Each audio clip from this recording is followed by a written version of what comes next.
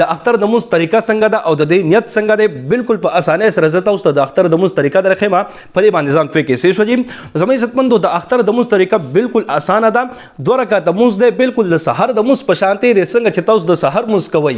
یا د جمعې موس کوي خو صرف او صرف شپږ ځل الله اکبر پکې زیات ویل دي په اول رکعت کې 3 پیری الله اکبر زیات ویل دي او په دویم رکعت کې 3 پیری الله اکبر زیات ویل دي په اول رکعت کې ولا اله غیرک نه پس پتا سو 3 پیری الله اکبر زیات وای او په دویم رکعت کې به د سورت نه پاس 3 پیری الله اکبر تاسو زیات وای بس دا طریقې دا اوس لوګون په وضاحت سره تاسو د اختر د مز طریقې دغه کې دی نو اول د اختر د مز نیت دی نو نیت خو اصل کې د ځل نه دی چې ځل کې تاسو نیت وکړو چې اختر مز کوم بس تاسو نیت وشو خو کبيان په خلی باندې د نیت الفاظ ویل غواړي به داسې وای نیت مې کو د ځل د اخلاصا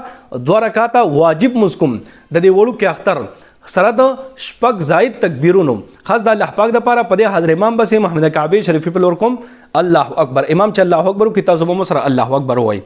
دلته بتاسو سبحانك اللهم شروع کوي تر ولا اله غیرک پر بتاسو سبق ورسوي بس چپ پشي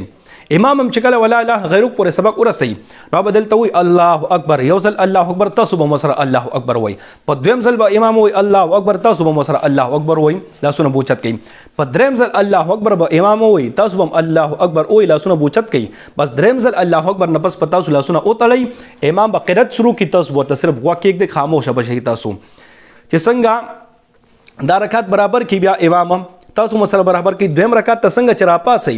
امام به ډایرک قرات شروع کی الحمد به شروع کی خو تاسو وو شروع کوي نه تاسو به صرف واقع کې دی امام به الحمد وای سورت هم به امام وای چې څنګه سورت ختم شي کنه لا بخته کېږي اوس نه چې څنګه سورت ختم شي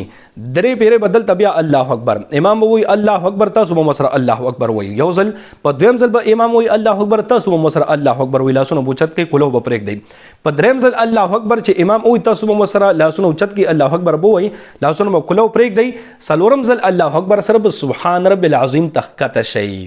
بس دینه پسو بالکل ساده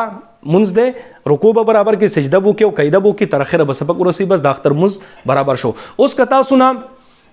اختر په موږ کې یو رکعت لالو یا 2 رکعات لالل یا صرف تکبیرونه لالل بیا به تاسو څه کوي نو دې باره کې ما بل ویډیو جوړ کړی په پیج کې موجود ده یوټیوب چینل کې موجود ده زما ټیک ټاک اکاؤنٹ کې موجود ده پټول کې موجود ده هغه کې دا ویډیو لازمي وګورئ ځکه ګوره د اختر د موږ طریقه خو امام مخې خدا کې مسلو باره کې سوکتا اوستا خبره نه کین نو دې باره کې ما ویډیو جوړ کړی دا د تاسو وګورئ پیج کولو کې زما محمد قاسم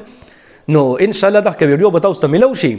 او دا مسلې د تاسو زده کی چې اختر موږ کې نه یو رکعت لولو 2 رکعت لولو درې خونه تکبیرونه درنه نو بیا تاسو څه کوي دا کې طریقې باندې تاسو په دغه ویډیو کې ځان پکې ټیک شو په دې اختر موږ باندې ځان پکې نور مسلمانانو سره د ثواب په نیت باندې ویډیو ډیره شیر کړئ چې هغه هم دا طریقه زده کې او تاسو ته دعاګانې کوي الله رب العزت مخشال آباد ساته دعاګانې کوي دعاګانې وکړو الله پامان